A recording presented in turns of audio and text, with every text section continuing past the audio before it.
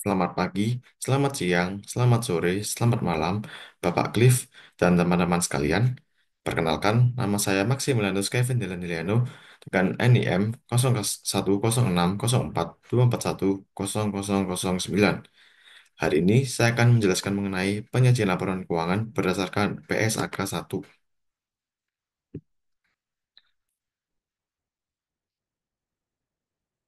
Tujuan penyajian laporan keuangan. Laporan keuangan bertujuan umum disesuaikan untuk dibandingkan dengan laporan keuangan periode sebelumnya dan dengan laporan keuangan entitas lain. Kemudian untuk ruang lingkup penyajian laporan keuangan untuk entitas, pernyataan ini diterapkan saat mereka menyusun dan menyajikan laporan keuangan bertujuan umum sesuai dengan standar akuntansi keuangan. Namun, pernyataan ini tidak berlaku untuk entitas syariah. Tujuan laporan keuangan. Laporan keuangan adalah suatu penyajian terstruktur dari posisi keuangan dan kinerja keuangan suatu entitas dari posisi keuangan dan kinerja keuangan suatu entitas. Memberikan informasi tentang posisi keuangan, kinerja, dan arus kas entitas yang membantu pengguna laporan membuat pilihan ekonomi. Kemudian aspek laporan keuangan. Pertama ada aset, liabilitas, ekuitas, pendapatan dan beban termasuk keuntungan dan kerugian, kontribusi dan distribusi kepada pemilik dalam kapasitasnya sebagai pemilik dan arus kas. Kemudian terdapat komponen laporan keuangan. Yang pertama adalah laporan posisi keuangan. Laporan posisi keuangan, kewajiban diubah menjadi liabilitas dan hak minoritas diubah menjadi kepentingan non-pengendali. Neraca ditambahkan untuk menyesuaikan dengan peraturan Indonesia. Kemudian yang kedua adalah laporan laba rugi komprehensif. Laporan laba rugi harus disajikan dengan mempertimbangkan hal-hal seperti laba yang diberikan kepada pemegang saham, minoritas, dan mayoritas, item minimum dalam laporan laba rugi, dan klasifikasi beban berdasarkan fungsi atau sifat jika disajikan berdasarkan fungsi. Yang ketiga adalah laporan perubahan ekuitas. Menunjukkan total laba rugi komprehensif yang diberikan kepada pemilik entitas induk dan pihak non-pengendali selama suatu periode waktu. Yang keempat adalah laporan arus kas. Informasi arus kas menyediakan dasar bagi pengguna laporan keuangan untuk menilai kemampuan entitas dalam menghasilkan kas dan setara kas dan kebutuhan entitas dalam menggunakan arus kas tersebut. Kemudian karakteristik umumnya adalah yang pertama, penyajian secara wajar dan kepatuhan terhadap SAK.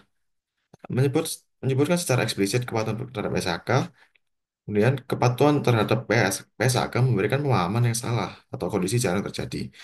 Yang kedua adalah kelangsungan usaha. Laporan keuangan disusun berdasarkan asumsi kelangsungan usaha, mengungkapkan fakta jika terjadi pelanggaran asumsi. Yang ketiga adalah dasar akrual. Yang keempat adalah material dan agris, agregasi. Yang kelima adalah saling hapus, yang diartikan tidak boleh kecuali disyaratkan atau diizinkan suatu PSAK. Yang keenam adalah frekuensi pelaporan berupa tahunan. Yang ketujuh adalah informasi komparatif, yaitu periode sebelumnya. Dan karakteristik umum terakhir adalah konsistensi penyajian atau penyajian dan klasifikasi. Dan di sini saya mengambil PT MTEK untuk sebagai perbandingan. Kemudian di sini ada aset lancar. Klasifikasi aset lancar yang pertama adalah entitas memperkirakan akan merealisasikan aset, memiliki intensi untuk menjual atau menggunakannya dalam siklus operasi normal. Yang kedua adalah entitas memiliki aset untuk tujuan diperdagangkan. Yang ketiga adalah entitas memperkirakan akan merealisasikan aset dalam jangka waktu 12 bulan setelah periode pelaporan. Yang keempat adalah aset merupakan kas atau setara kas, kecuali aset tersebut dibatasi pertukaran atau penggunaannya untuk menyelesaikan liabilitas kurang-kurangnya 12 bulan setelah periode pelaporan. Kemudian adalah liabilitas jangka pendek. Beberapa liabilitas jangka pendek seperti utang usaha dan beberapa akrual untuk biaya karyawan dan biaya operasi lain merupakan bagian modal kerja yang digunakan dalam siklus operasi normal entitas. Entitas mengklasifikasikan liabilitas tersebut sebagai liabilitas jangka pendek, meskipun liabilitas tersebut jatuh tempo untuk diselesaikan lebih dari 12 bulan setelah periode pelaporan. Siklus operasi normal yang sama diterapkan pada klasifikasi aset dan liabilitas entitas. Jika tidak dapat diidentifikasi secara jelas, maka siklus operasi normalitas diasumsikan 12 bulan. Kemudian ekuitas. Instrumen keuangan yang memiliki fitur opsi jual yang diklasifikasikan sebagai instrumen ekuitas. Instrumen yang mensyaratkan kewajiban kepada entitas untuk menyerahkan kepada pihak lain bagian prorata aset neto entitas hanya pada saat likuidasi dan diklasifikasikan sebagai instrumen ekuitas antara liabilitas, keuangan, dan ekuitas. Maka, entitas mengungkapkan jumlah yang reklasifikasi ke dalam dan keluar setiap kategori atau liabilitas keuangan atau ekuitas, serta waktu dan alasan reklasifikasi. Kemudian terdapat laporan laba rugi dan penghasilan komprehensif. Laporan laba rugi dan penghasilan komprehensif lain, laporan penghasilan komprehensif menyajikan sebagai tambahan atas bagian laba rugi dan penghasilan komprehensif lain, seperti pertama adalah laba rugi, dua adalah total penghasilan komprehensif lain, yang ketiga adalah penghasilan komprehensif untuk periode berjalan, yaitu total laba rugi dan penghasilan komprehensif lain. Jika entitas menyajikan laporan laba rugi tersendiri, maka entitas tidak menyajikan bagian laba rugi dalam laporan yang menyajikan penghasilan komprehensif. Kemudian, laporan rugi dan penghasilan komprehensif. Entitas menyajikan pos-pos berikut sebagai tambahan atas bagian laba rugi dan penghasilan komprehensif lain, sebagai alokasi dari laba rugi dan penghasilan komprehensif lain selama periode. Yang, yang pertama adalah laba rugi selama periode yang dapat distribusikan kepada yang pertama adalah kepentingan non pengendali, yang kedua adalah pemilik entitas induk. Kemudian penghasilan komprehensif selama periode yang dapat didistribusikan kepada yang pertama adalah kepentingan non pengendali, kedua adalah pemilik entitas induk. Jika entitas menyajikan laba rugi dalam suatu laporan tersendiri, maka entitas menyajikan dalam laporan tersebut. Kemudian ada laporan arus kas. Informasi arus kas menyediakan dasar bagi pengguna laporan keuangan untuk menilai kemampuan entitas dalam menghasilkan kas dan setara kas dan kebutuhan entitas dalam penggunaan arus kas tersebut. Laporan arus kas mengatur persyaratan, penyajian, dan pengungkapan informasi arus kas. Kemudian terdapat catatan atas laporan keuangan. Memberikan informasi yang tidak disajikan di bagian manapun dalam laporan-laporan keuangan. Laporan keuangan. Tetapi informasi tersebut relevan untuk memahami laporan keuangan. Sekian dari saya, terima kasih. Lalu kemudian saya akan menjelaskan mengenai persediaan dan depresiasi. Di sini terdapat soal di mana di tanggal 1 Januari terdapat stok awal sejumlah 100 seharga 50.000. Di tanggal 3 Januari terdapat penjualan dengan kuantitas 20 dengan harga 200.000, dengan harga 100.000. Kemudian di tanggal 6 Januari terdapat pembelian dengan kuantitas 30 dengan harga 60.000. Yang keempat adalah tanggal 10 Januari terdapat keterangan pembelian dengan kuantitas 50 dengan harga 70.000. Di tanggal 15 Januari terdapat penjualan dengan kuantitas 100 dengan harga 120.000. Di sini kita akan mencatat menggunakan FIFO perpetual dan average perpetual, di mana kita akan membuat tabelnya dulu.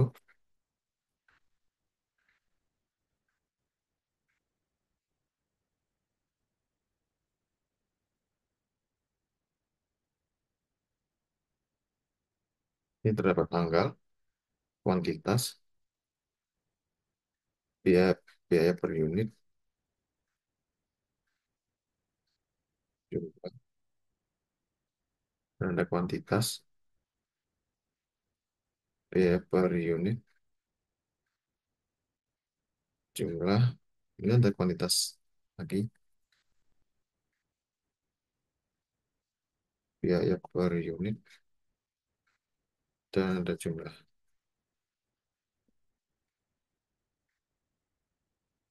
Lebarkan dulu.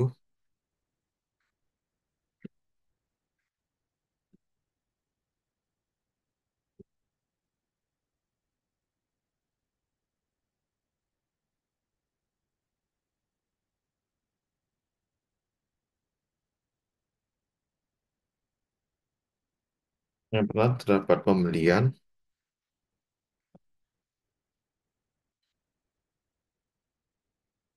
kemudian terdapat HPP, harga pokok penjualan, kemudian di sini terdapat persediaan. Commerce and Center dulu.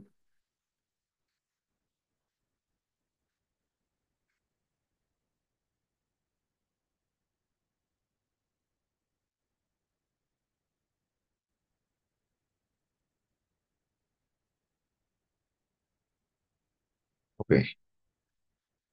Di tanggal 1 Januari terdapat keterangan stok awal dengan kuantitas 100 dengan harga 50.000. Maka kita bisa catat dalam Vivo adalah first in dan first out. Catat tanggal 1 Januari. Kita catat di dalam persediaan karena termasuk stok awal dengan kuantitas 100 dengan harga 50.000.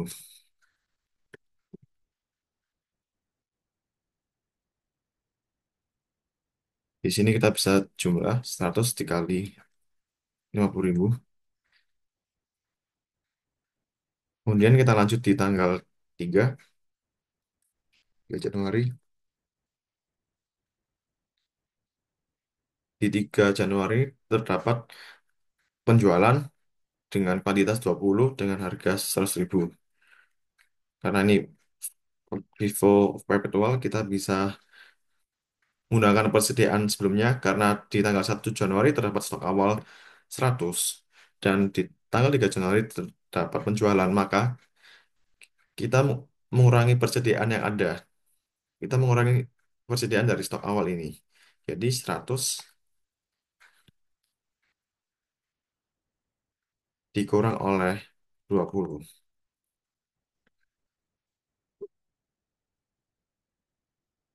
Ini 80, 80, 80-nya nanti berada di persediaan. Karena ini penjualan dengan kuantitas 20, maka kita catat di HPP atau harga pokok penjualan sejumlah 20 dengan harga biaya per unit sesuai dengan stok awal yaitu 50.000. Kemudian kita kali 20 dikali oleh 50.000 yang menghasilkan sekian. Kemudian sisa persediaannya adalah 100 dikurang oleh 20 itu 80 dengan biaya per unit 50.000.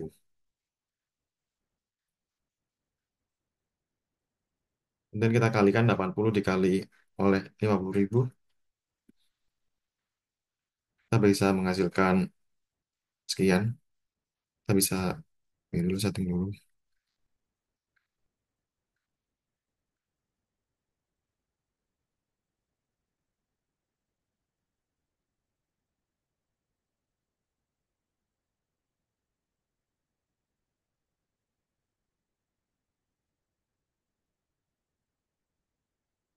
Oke, kemudian kita lanjut di tanggal 6 Januari. Di tanggal 6 Januari terdapat pembelian sejumlah 30 dengan harga 60.000.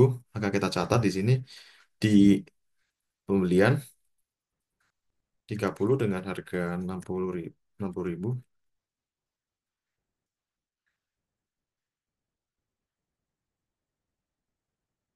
Kemudian kita kalikan 30 dikali oleh 60.000 menghasilkan 1.800.000. Kemudian kita bisa catat lagi di persediaan karena persediaannya bertambah karena terdapat pembelian dengan kuantitas 30.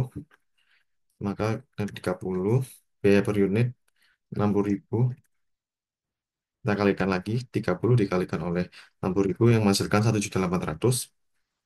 Kemudian kita lanjut di tanggal 10 Januari terdapat pembelian dengan kuantitas 50 dengan harga 70.000. Maka kita bisa catat di pembelian tanggal 7 tanggal 10 Januari pembelian dengan kuantitas 50 dengan harga 70.000 kita kalikan 50 dikali oleh 70.000 yang menghasilkan 3.500.000. Nah, kita bisa catat di sini persediaan bertambah 50 karena terdapat pembelian di sini 50 dengan harga 70.000. Kita bisa kalikan lagi, 50 dikali 70.000 yang menghasilkan 3.500.000.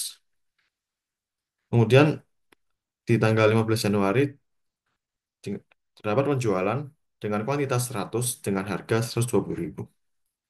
Maka kita catat dulu 15 Januari dengan jumlah 100. Dengan jumlah 100 kita menggunakan stok yang ada. Karena di sini kita tuh harus menghabiskan stok-stok sebelumnya. Jadi stok awal kita harus habiskan dulu, baru kita menggunakan stok selanjutnya. Di sini terdapat penjualan dengan kuantitas 100, yang dimana sisa stok setelah penjualan di tanggal 3 adalah 80. Kita harus menggunakan stok tanggal 3 Januari, yaitu stok 80 kita gunakan dulu. Dengan harga sesuai dengan biaya per unit, yaitu 50.000.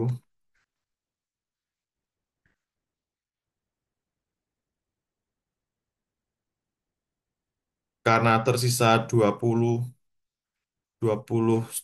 stok lagi, karena di sini masih tercatat 80 dan di mana keterangannya adalah 100, berarti kurang 20 stok lagi.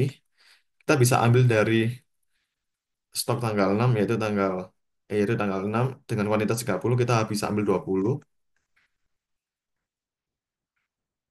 dengan harga 60.000 sesuai dengan biaya per unit tanggal 6 Januari ini.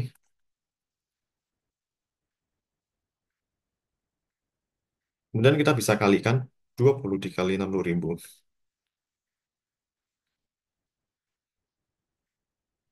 Yang gimana kita bisa mendapatkan 1.200.000 karena di tanggal 6 Januari terdapat sisa stok yaitu 10.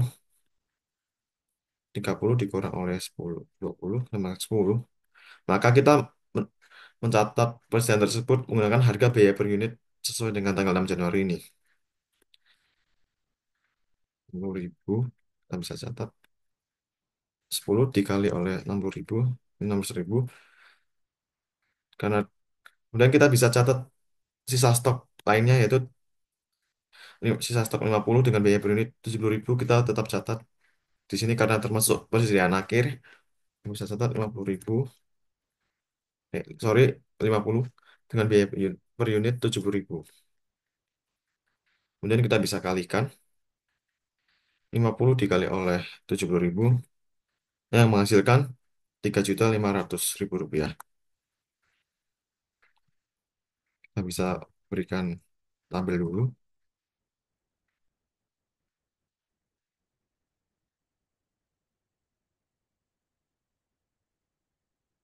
Di sini kita bisa mengetahui persediaan akhirnya adalah 600.000 ditambah oleh 3.500 yang menghasilkan 4.100.000 rupiah.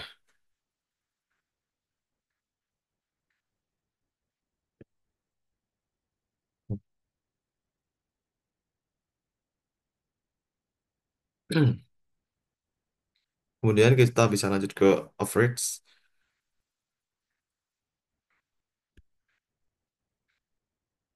Bisa lanjut di sini aja. Average. Kita bisa membuat tabelnya terlebih dahulu. Tanggal, kuantitas,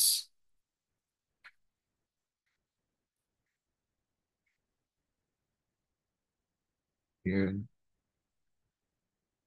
biaya.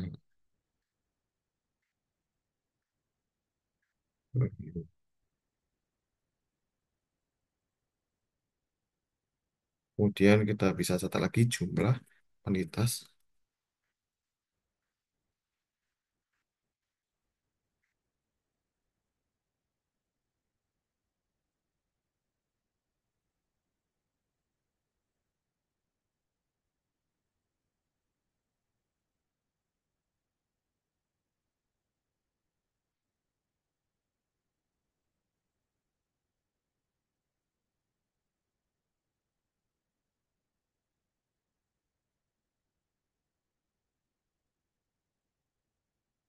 Oke, sebelum kita mengerjakan average, mohon maaf saya lupa untuk menambah untuk menjumlahkan harga pokoknya atau HPP-nya, di mana kita bisa tambahkan juga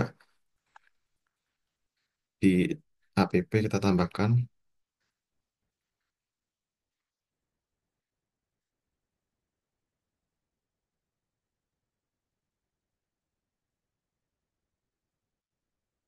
di Vivo Perpetual ini kita bisa menemukan hasil HPP-nya adalah 2.200.000.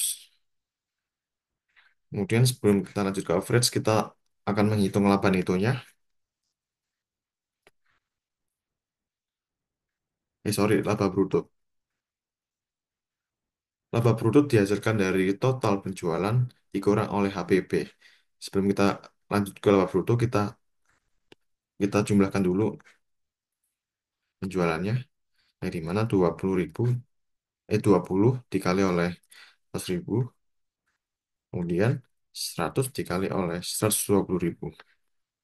Kemudian kita bisa tambah,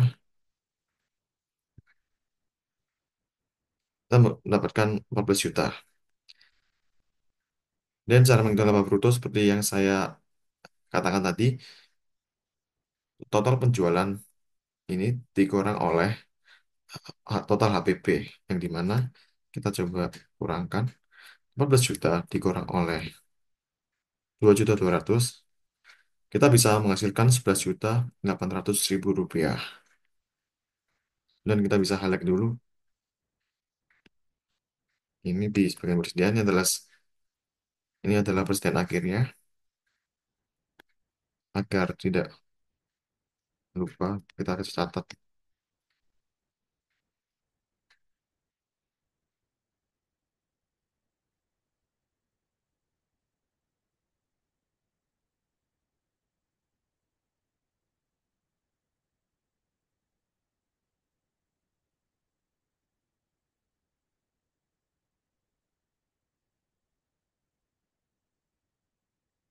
Kemudian kita lanjut ke average, yang mana kita ini pembelian,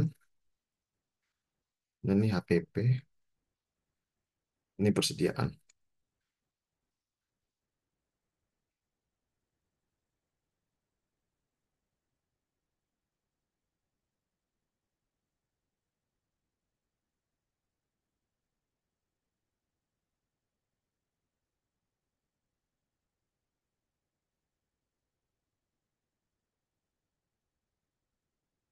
Ya, kita bisa lanjut di tanggal 1 Januari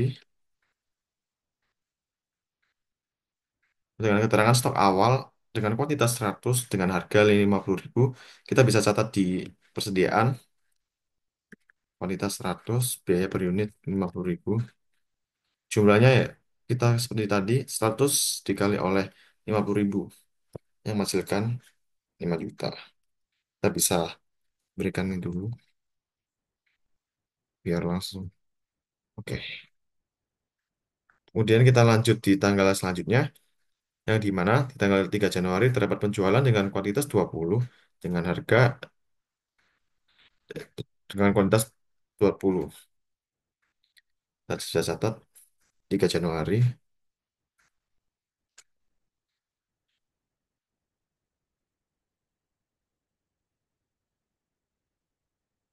Kuantitasnya yang dijual adalah 20. Kita menggunakan persediaan di tanggal 1 dengan stok awal itu 100. Jadi biaya per unitnya menyesuaikan dengan stok ini, yaitu 50.000. Kita bisa kalikan 20 dikali oleh 50.000, yang kita bisa dapat 1 juta. Kemudian persediaannya tersisa 80 karena setelah sekarang 20 barang setelah terjual. Di sini kita menggunakan harga tetap 50.000. Biaya per unitnya adalah 50.000. Nanti kita bisa kalikan 80 dikali oleh 50.000. Kita menghasilkan, kita bisa menghasilkan 4 juta. Kemudian kita bisa lanjut di tanggal 6 Januari.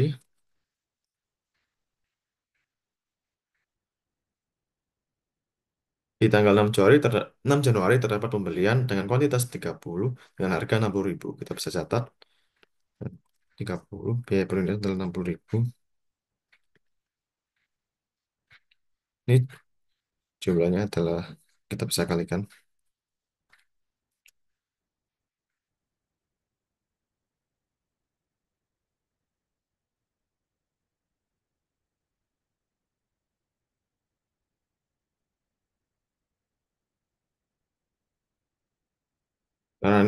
Karena ini average, jadi ketika ada pembelian dan penjualan, itu langsung mempengaruhi persediaan. Mana berarti stok sebelumnya adalah 80, ditambah oleh 30, yang kita menghasilkan 110.000.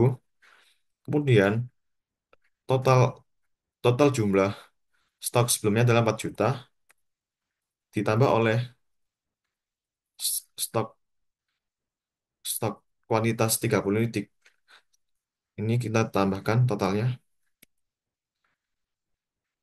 Kemudian kita bisa cara mendapatkan biaya per unit dari average tanggal 6 Januari ini adalah 5.800.000 dibagi oleh 110.000. Jadi total jumlah dibagi oleh kuantitas yang ada. Dan jumlah ini didapat dari stok sebelumnya ditambah oleh stok yang baru, yaitu yang kuantitas 30 dengan biaya per unit 60.000 kita kalikan, kemudian kita mendapatkan hasilnya. Setelah mendapatkan hasilnya, kita bisa tambahkan dengan 4 juta ini, dan kita menghasilkan 5.800.000. Dan kita bisa lanjut di tanggal 10 Januari. Di 10 Januari ini terdapat pembelian dengan kuantitas 50 dengan harga 70.000.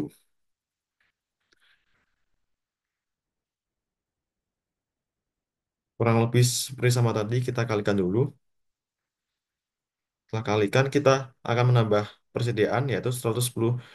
Karena persediaan sebelumnya adalah 110, kita bisa tambahkan dengan 50 dengan pembelian terbaru. Kemudian jumlah dari stok sebelumnya ditambah oleh jumlah dengan stok terbaru, yang dimana dari hasil perkalian 50 dikali 70.000. Kita bisa tambah. Cara mendapatkan biaya per unit sama seperti tadi, jumlah dibagi oleh total persediaan, yang dimana kita bisa menghasilkan 58.125. Kemudian kita bisa lanjut di tanggal 15 Januari. Di tanggal 15 Januari terdapat penjualan dengan kuantitas 100. Kita bisa langsung catat, jadi tidak harus menggunakan stok-stok awal seperti di Vivo. First ini langsung real time. Jadi yang dimana kita bisa hitung kuantitasnya adalah 100. Kita menggunakan harga biaya per unit yang terbaru, yaitu 58.125. Dan kita bisa kalikan, kita bisa menghasilkan 5.812.000. Kemudian sisa stoknya adalah 60.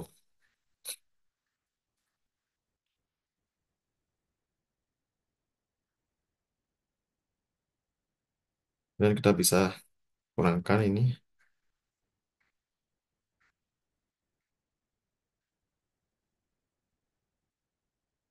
Kemudian kita bisa bagi 3.487.500.000 ini dibagi oleh total persediaan yang ada, atau persediaan akhir. Kita bisa mendapatkan biaya per unit yaitu 58.125. Kita bisa buat tabel dulu.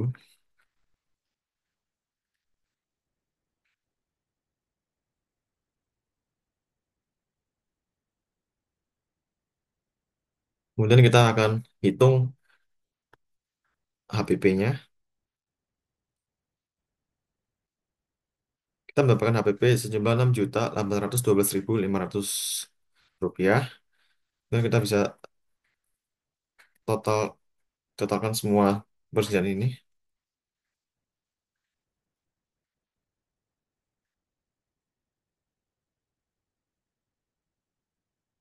Kita bisa menghasilkan 27.587.500 rupiah. Dan dari average ini, persediaan akhirnya terdapat di 60 dengan harga biaya per unit 58.125. Kita bisa highlight dulu biar bisa mengerti.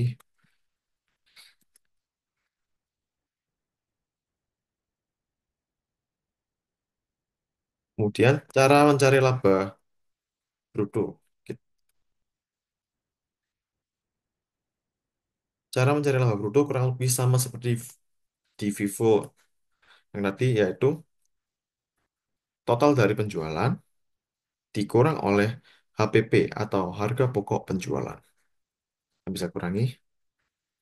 Kita bisa mendapatkan laba bruto sejumlah 7.187.500 rupiah. Kemudian kita bisa lanjut ke soal yang selanjutnya, yaitu depresiasi. Di sini kita akan mengerjakan menggunakan tiga metode, yaitu yang pertama adalah metode garis lurus atau straight line, yang kedua adalah metode unit aktivitas atau unit activity, yang ketiga adalah double declining.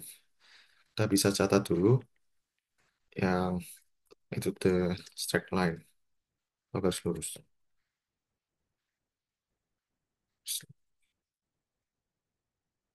Di straight line, di straight line method ini kita membutuhkan nilai buku, nilai residu, kemudian biaya yang disusutkan, kemudian terdapat tarif atau rate.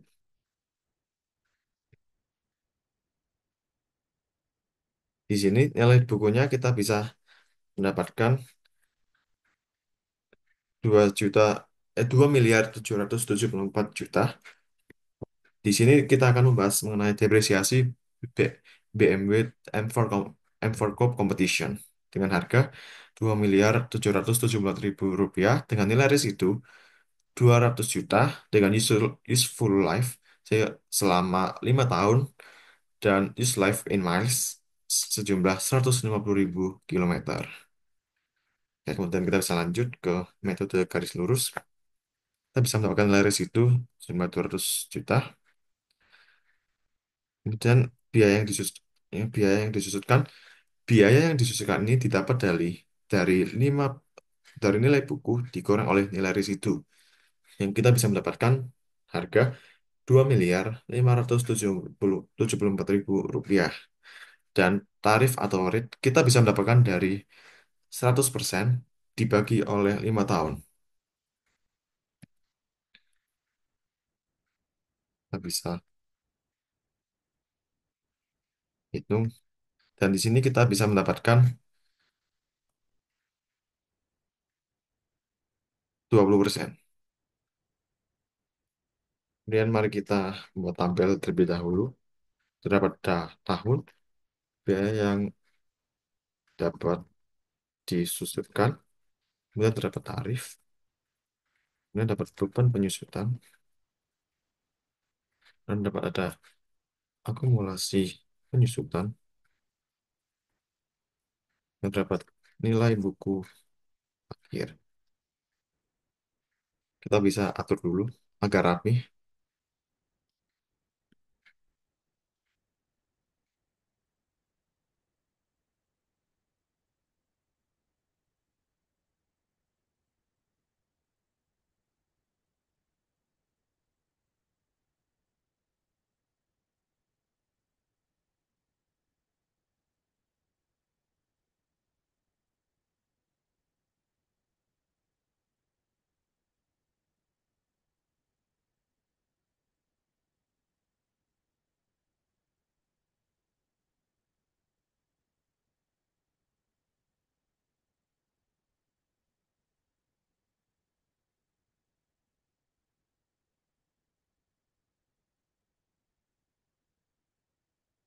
Oke, karena mohon maaf saya lupa menambahkan tahunnya. Di sini kita akan memulai dari tahun 2022 per 1 Januari. Kita bisa ketik di sini.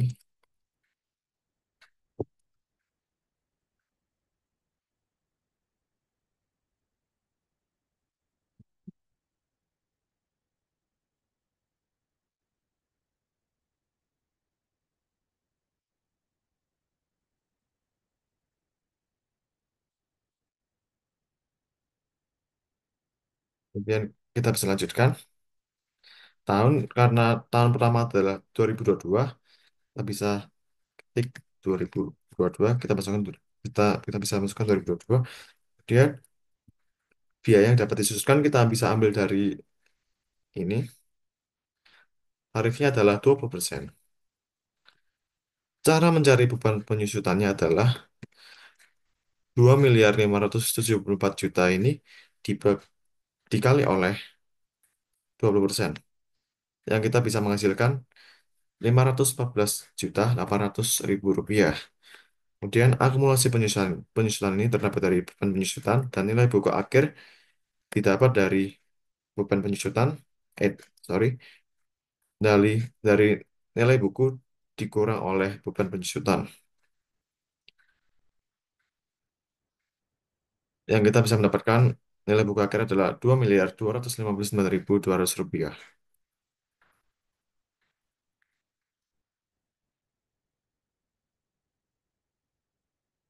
Kemudian kita bisa lanjut 2023.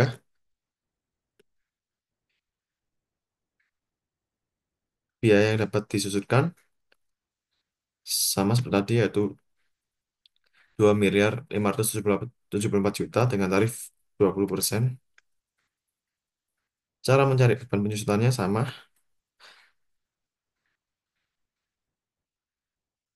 kita bisa kalikan tarif 20%. Cara mencari akumulasi penyusutan ini adalah akumulasi penyusutan sebelumnya ditambah oleh beban penyusutan pada tahun tersebut. Yang dimana kita bisa menghasilkan 1 miliar sekian. Nilai buku nilai buku akhir ini dapat dari nilai buku dikurang oleh akumulasi. Mohon maaf, di tahun 2022 saya menyebutkan nilai buku akhir dapat dari nilai buku dikurangin beban penyusutan. Yang betul adalah di dalam straight method adalah nilai buku akhir didapatkan dari nilai buku dikurangi oleh akumulasi penyusutan. Kemudian kita bisa lanjut, kita string dulu agar kita bisa kopas lah.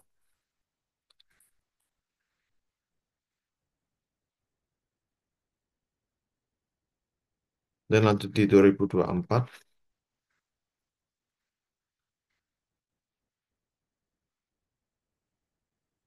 beban yang dapat disusutkan sama seperti tahun sebelumnya, sejumlah 2.500.000.000 sekian, dengan tarif yang sama, sejumlah 20%.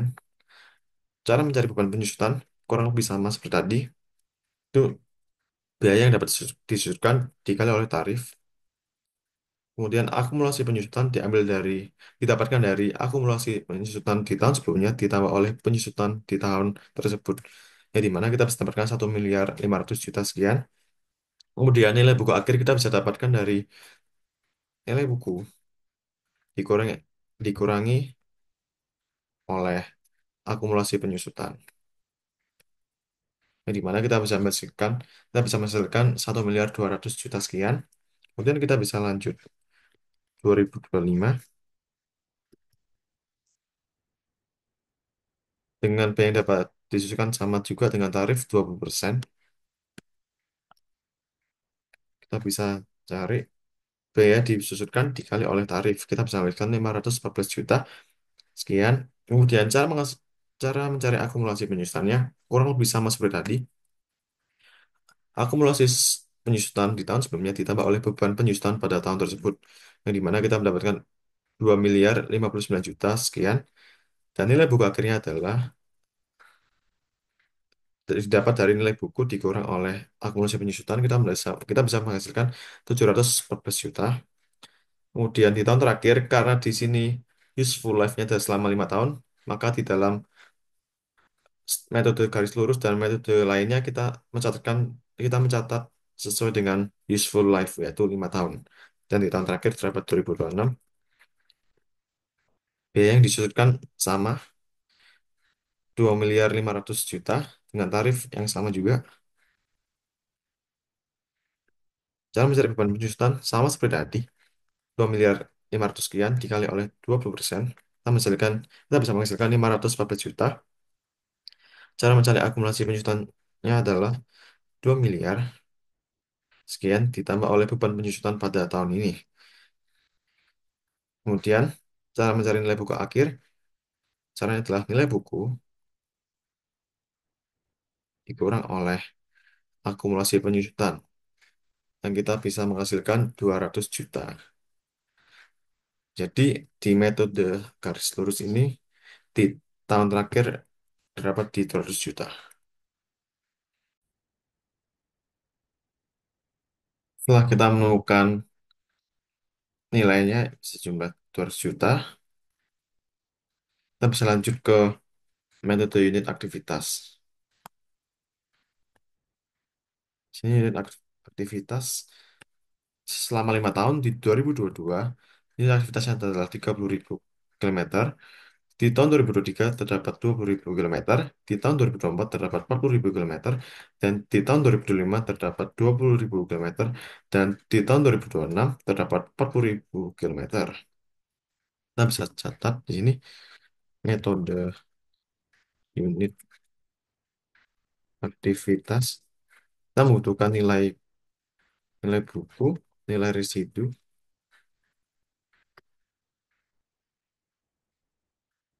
kemudian umur. Kita bisa umur ekonomis, bisa memberikan total unit aktivitas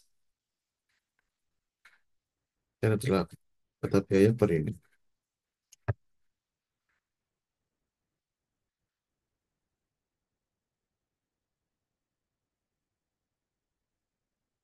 Di sini kita bisa mendapatkan nilai bukunya adalah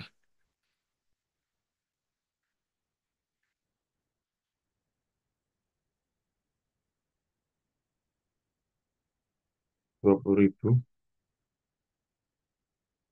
Sorry, nilai bukunya adalah 2.774 juta. Nilai resitonya adalah 200 juta. Nggak bisa, maka umur ekonomis kita bisa dapatkan dari useful life selama 5 tahun.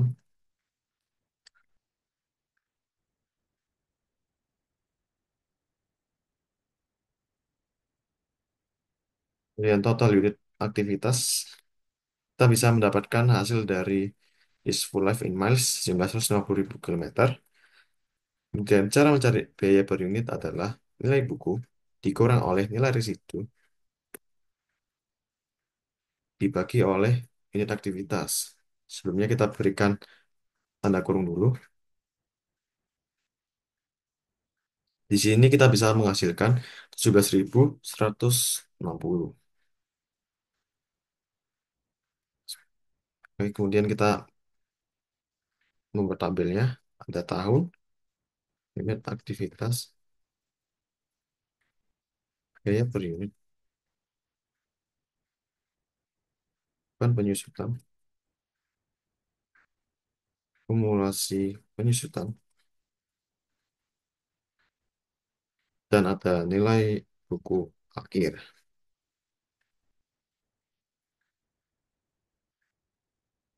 Dan kita bisa lanjut di tahun 2022, unit aktivitasnya adalah 30.000.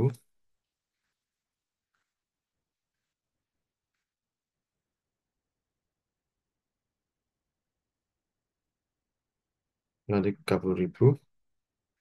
Dan biaya per unit adalah 17.160. Kita bisa string dulu karena biaya per unit selalu sama. Kemudian cara mencari biaya penyusutannya adalah 30.000 dikali oleh 17.160. Kita bisa menghasilkan 514.800.000 rupiah.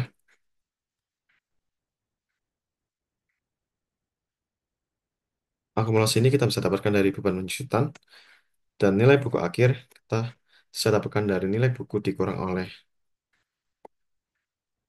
akumulasi penyusutan. Kita bisa menghasilkan 2.259.000.000 sekian.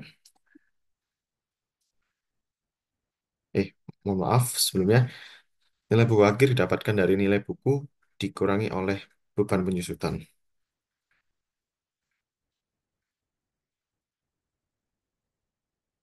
Kita bisa lanjut di tahun 2023 dengan unit aktivitas 20.000.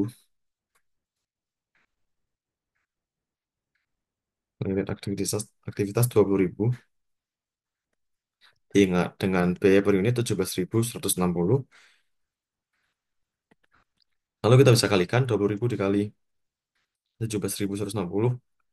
Kita menghasilkan 343 juta sekian. Dan akumulasinya kita bisa dapatkan dari akumulasi ditambah beban penyusutan pada tahun tersebut. Yang dimana kita bisa menghasilkan 858 ribu rupiah. Yang kita bisa kurangi, mohon maaf,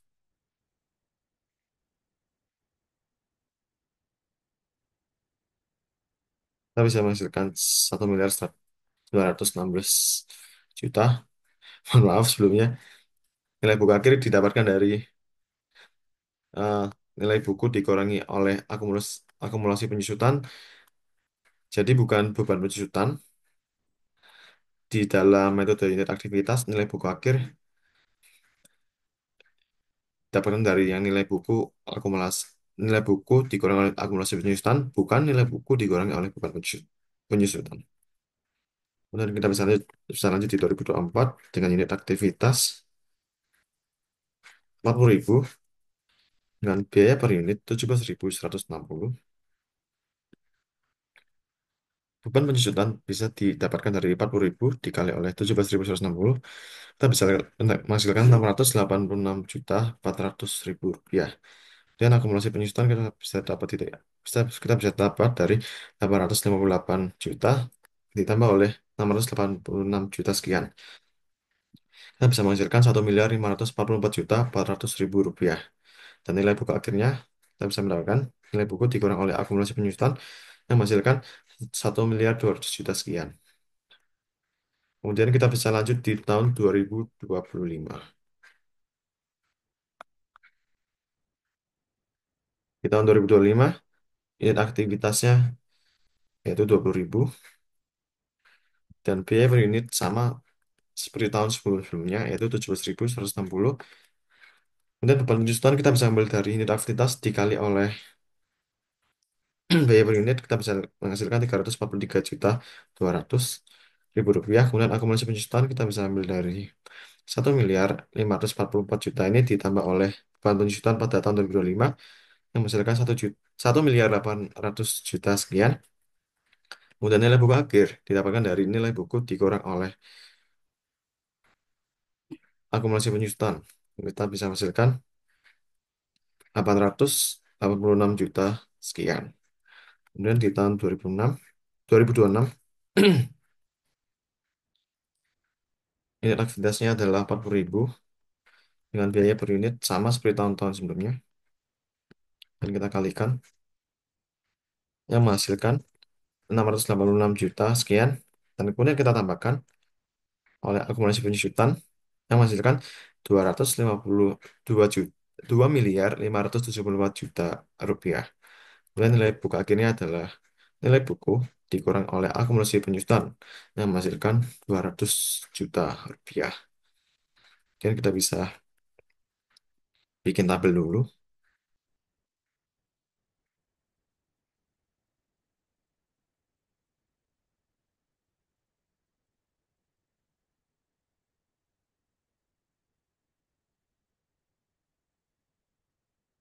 Selanjutnya kita akan lanjut ke metode terakhir yaitu metode double declining balance.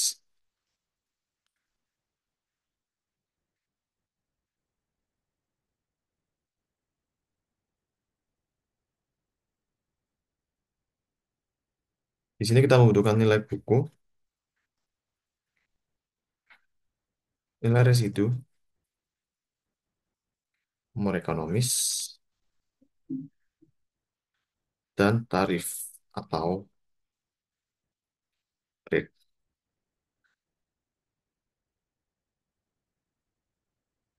Nilai buku kita dapat dari biaya BMWM for Co Competition yaitu 2.700.000.000 sekian dengan nilai residu 200 juta. Umur ekonomis didapatkan dari useful life selama 5 tahun.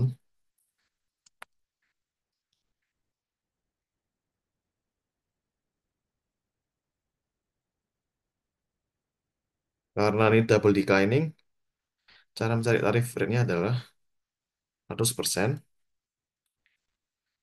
dibagi oleh 5 5 tahun, kemudian dikali oleh 2. Karena double declining, maka tarifnya dikalikan 2, kita bisa menghasilkan 40%. Dan kita bikin tabelnya.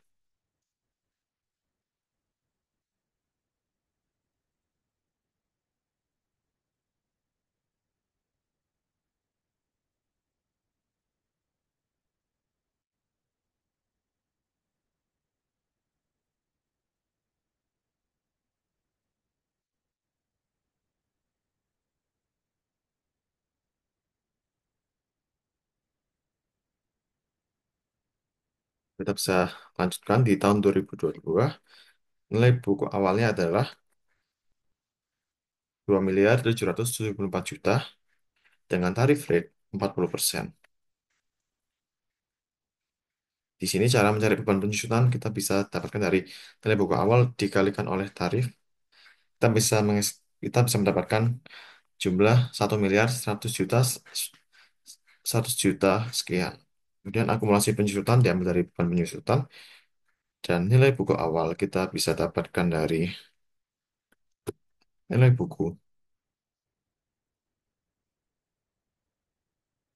dikurangin oleh akumulasi penyusutan yang dimana kita bisa menghasilkan 1.600.000.000 rupiah.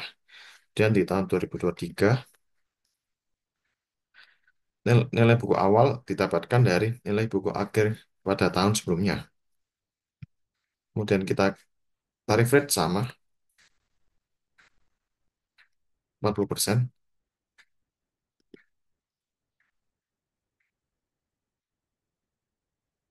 Kita bisa kalikan nilai buku awal dikali oleh tarif, kita menghasilkan 600 juta sekian. Cara mencari akumulasi kurang lebih sama, yaitu akumulasi ditambah oleh beban penyusutan, yang dimana menghasilkan 1.775.000.000 sekian. Dan nilai buku akhir didapatkan dari nilai buku dikurang oleh akumulasi penyusutan, yang kita bisa menghasilkan sejumlah 998 juta sekian. Dan di tahun 2024 kita bisa lanjutkan. Nilai buku awal kita bisa dapatkan dari nilai buku akhir pada tahun sebelumnya. Dan beban penyusutan kita bisa kalikan nilai buku awal dikali oleh tarif. Kita bisa menghasilkan 399 juta sekian. Akumulasi penyusutan kita bisa ambil dari akumulasi penyusutan tahun sebelumnya ditambah oleh beban penyusutan. Kita bisa menghasilkan 2.174.000.000 sekian. Dengan nilai buku akhir sejumlah 599 juta rupiah. Dan di tahun 2025 nilai buku awal kita bisa dapatkan dari nilai buku akhir, dan beban penyusutan kita bisa dapatkan dari nilai buku awal dikali oleh tarif yang menghasilkan 239 juta sekian, dan akumulasi penyusutan kita bisa ambil dari akumulasi penyusutan pada tahun sebelumnya ditambah oleh beban penyusutan pada tahun tersebut. Kita bisa misalkan 2.400.000.000. Kemudian kita bisa lanjutkan nilai buku akhir, kita bisa dapatkan dari nilai buku dikurang oleh akumulasi penyusutan. Kita bisa menghasilkan 359 juta rupiah. Kemudian di tahun 2026 dan di tahun terakhir kita akan sesuaikan di, di metode double declining balance ini, kita perlu sesuaikan di akhir tahun,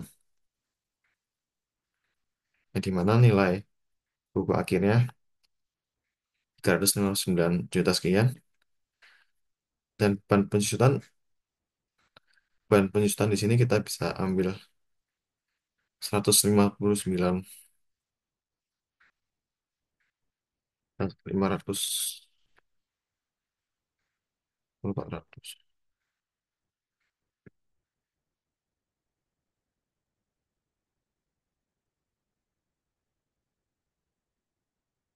Oke, kemudian akumulasi penyusutan, kita bisa ambil dari ini ditambah oleh beban penyusutan pada catatan itu, kemudian nilai buku akhir, kita bisa dapatkan dari nilai buku dikurang oleh akumulasi penyusutan, yang kita mendapatkan 200 juta. Dan kita bisa tabel dulu.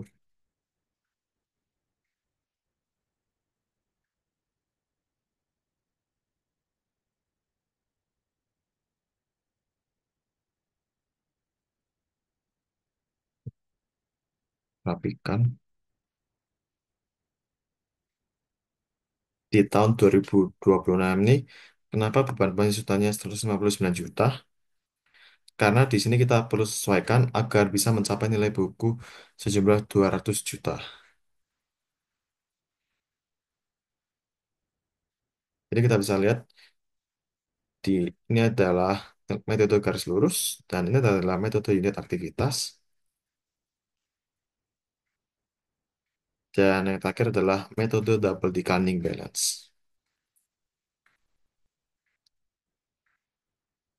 Sekian dari saya. Mohon maaf jika ada salah kata atau penjelasan kurang dimengerti. Sekian, terima kasih.